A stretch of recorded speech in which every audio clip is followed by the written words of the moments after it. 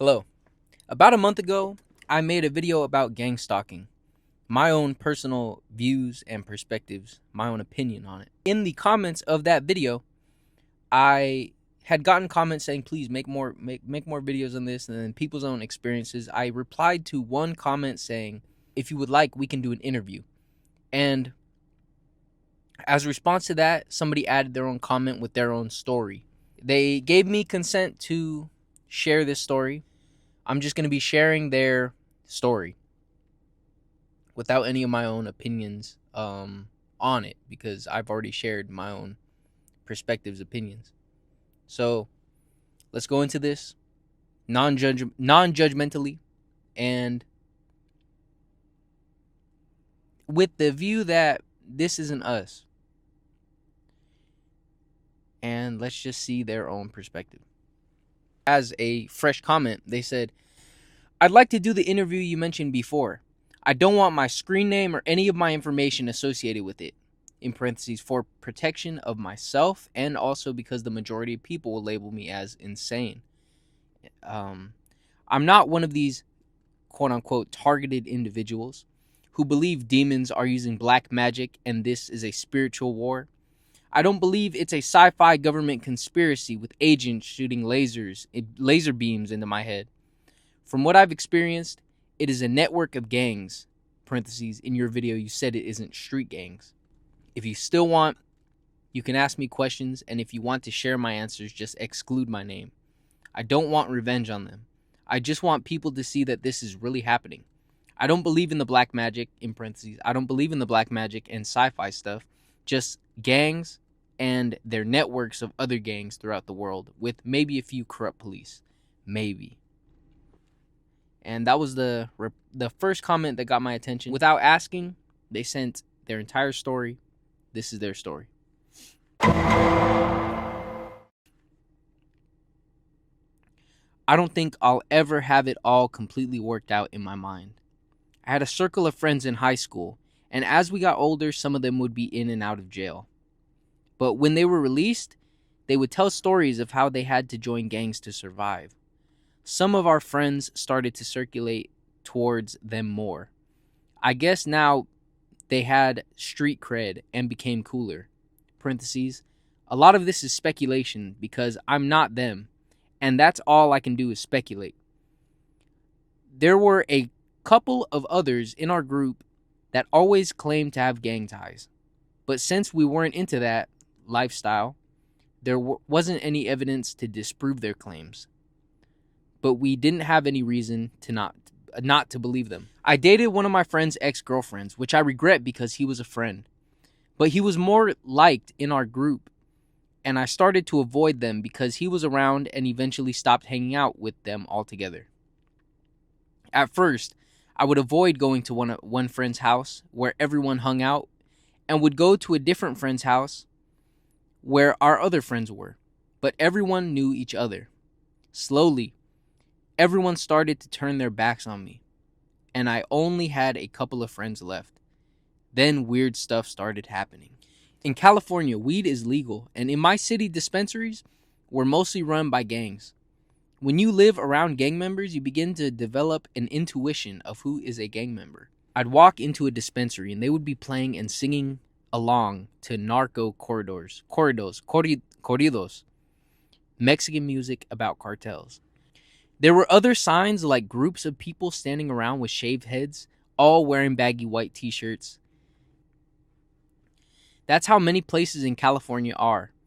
That's how it was next door to my house. A group of gang members sat outside all day in white t-shirts with shaved heads, and I assumed were dealing drugs. I never seen them deal, but I heard them argue and fight sometimes and threaten to shoot each other. Anyway, at dispensaries, I would notice people who appeared to be gossiping about me, whispering and laughing behind my back, but I thought I was just being paranoid. Maybe they are talking crap. Who cares? Eventually, my ex and I moved to the outskirts of town by some big industry-like farms. Our little house was on a road just off the highway, with about 5 other houses, and across the highway there was some kind of carrot factory place that you could see from my front door. Late one night, I saw someone standing outside the carrot packing place and he was just staring at me. I thought it was strange. The place was closed. It was late and there wasn't anyone else around, and he was just out there staring at my house. I called the police and told them, but I don't know if anything came from it. I just thought it was suspicious and I didn't want anything to happen to my ex. Then COVID-19 happened and our relationship ended like so many at that time. We broke up and I started living in my car and left for the coast where it was cooler and I could actually sleep in my car without dying from heat. But the same things kept happening. Friends I would make one day didn't want anything to do with me and even seemed afraid to be seen talking to me. During the shutdown, I had a hard time finding work, and my dad let me move in with him about 250 miles away from where I was currently. The same strange interactions kept occurring. I'd go to the mall, and then someone would come in behind me and start talking to the shopkeepers staring at me, and seem to be talking about me. And even more strange, when I would go somewhere with my dad, I would notice the same cars would drive behind us and follow us a little while and turn away after a few blocks. Every day, the same car would drive out and follow us the same distance. I told my dad, I think they're following us, but I was just confused by this. I still didn't think I was being followed everywhere, day and night. One time at a laundromat, I saw a woman who worked there talking to two other people and they kept glaring at me. I didn't think much of it. The two men left. I was playing some game at the laundromat, and when I finished, I spun around and she was pointing her phone at me and taking my picture. Afterwards, she ran into the office and pulled down this metal shade that covered the window. A couple of weeks later, I drove to visit my mom and a friend who lived about 5 hours away. One day, while I was stopped at a red light, I glanced to my left and the passenger of the car was pointing her phone at me. I assumed taking my picture. There's a pandemic, the world is ending, everything is shut down. I want to head somewhere nice and sleep in my van and maybe find somewhere new to get a fresh start. Driving late that night, there isn't any other cars in traffic, but one car behind me. I've noticed their headlights in my rearview mirror for a while now, and I get the feeling they might be following me. So I turn off the highway and they follow me. So I make another turn and I watch from my mirror as they slowly drive past the intersection, much slower than we had been driving a moment ago. Obviously watching where I was going, but knowing they were caught and can't keep following me without an altercation from me or from me calling the police. But I still didn't think any of this was related. That was just one random creep following me late one night. Maybe he just wanted to carjack me or kill me. No way is it possible he has anything to do with all these other encounters. I'm not even looking at the other encounters as a string of events that are related to each other. The next day, I decided to turn back and go to my dad's house. It's still pretty early and the road is empty, and then a row of cars start speeding past me in the left lane. There was maybe 25 cars just driving the same speed going right past me. I believe they mean to hurt me. When I wasn't driving, people started casually lingering around me with pocket knives clipped to their pockets. I voluntarily go to the mental hospital and tell them what's been happening.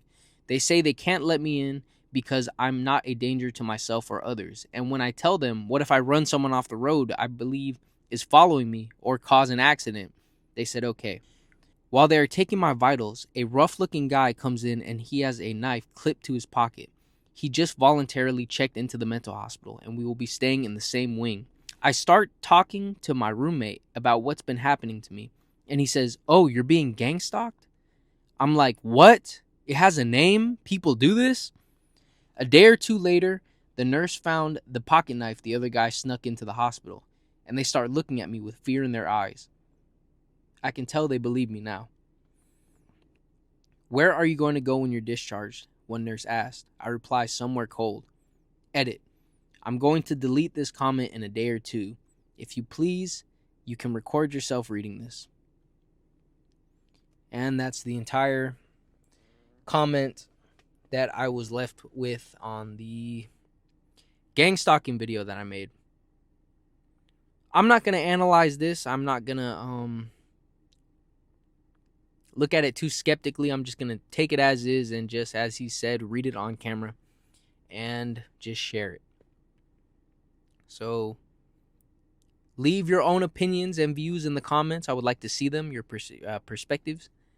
And good day to you. Good night to you.